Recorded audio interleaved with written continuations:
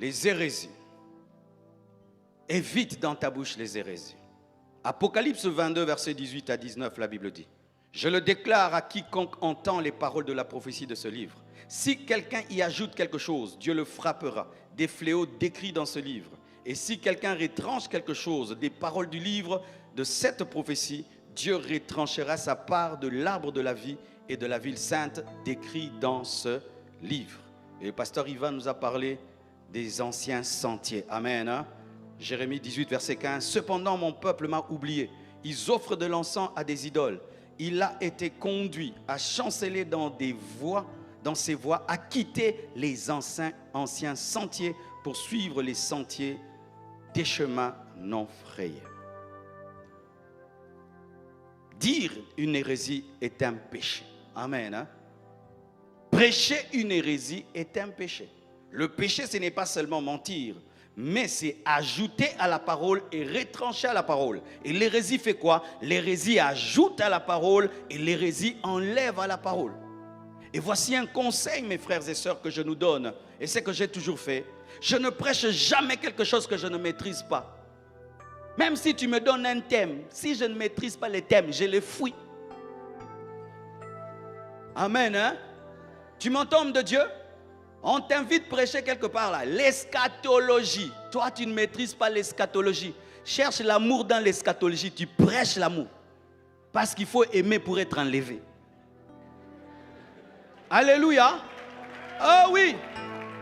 Vaut mieux que tu fuis le thème, mais tu as prêché la sainte doctrine, que tu entres dans le thème, tu prêches des hérésies. Alléluia, homme de Dieu.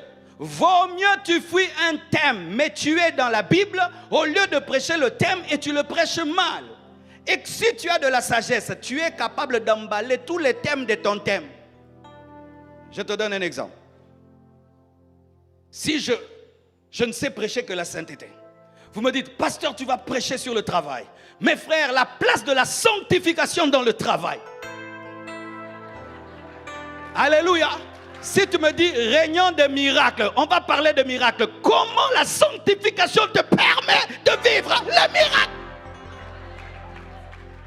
Oh, on va parler des couples. La sanctification de l'homme, la sanctification des enfants, la sanctification des mamans. Vaut mieux utiliser ta fronde et ta pierre face à Goliath que de prendre l'armure de Saoul que tu ne maîtrises pas. N'utilisez pas des armures que vous ne maîtrisez pas. Prêche le message que Dieu t'a donné. Prêche les choses que tu maîtrises.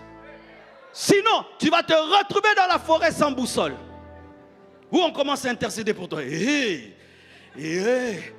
quand quelqu'un ne maîtrise pas le message, on sent que ça, il est en train de méditer avec nous.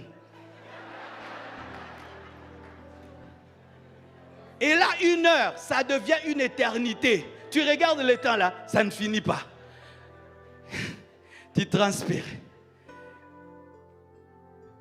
Et tu commences à sentir des attaques démoniaques. Il n'y a pas d'attaque démoniaque. Tu es en train de prêcher ce qui n'est pas à toi. Jette l'armure de Saoul. Utilise ta fronde. Utilise ta fronde. Bien-aimé, Billy Graham a bougé les États-Unis. Il ne faisait pas marcher les paralytiques. Il n'ouvrait pas les yeux des aveugles. Il n'y avait même pas le baptême du Saint-Esprit. C'est un puissant prédicateur du salut. T.D. Jakes qui est en train de bouger le monde, c'est un prédicateur d'encouragement. Il vous donne l'encouragement. Restez dans ton couloir. Restez dans ton couloir. Si tu es évangéliste, prêche comme un évangéliste. Tu es pasteur comme un pasteur, apôtre comme un apôtre. Docteur, tu n'es pas docteur, ne fais pas les docteurs.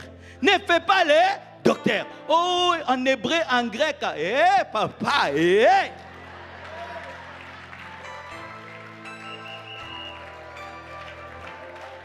Homme de Dieu, garde ton couloir. Reste dans ton couloir. Reste dans ton couloir. Parce qu'au dernier jour, nous ne serons pas récompensés en fonction des autres, mais en fonction de ce que Dieu nous a dit. Alléluia.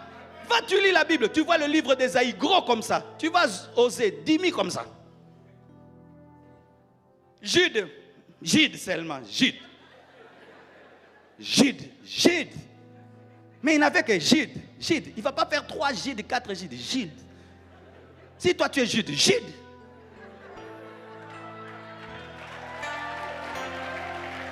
Tu ne vas pas imiter Paul, Corinthiens, Colossiens. Tu n'as pas ça. Tu n'as pas ça. Jude.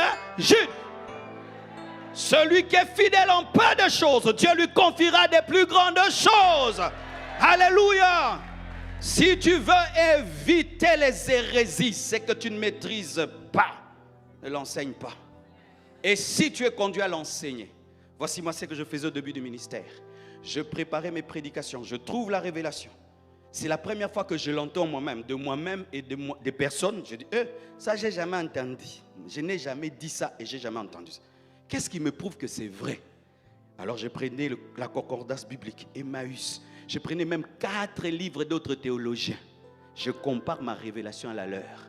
Et quand je vois que leur manière d'interpréter est différente de la mienne, je vais chercher quelqu'un physiquement. Je viens de comprendre ça. Est-ce que c'est vrai? Et bien, ça c'est une erreur qu'on a fait au 10e siècle.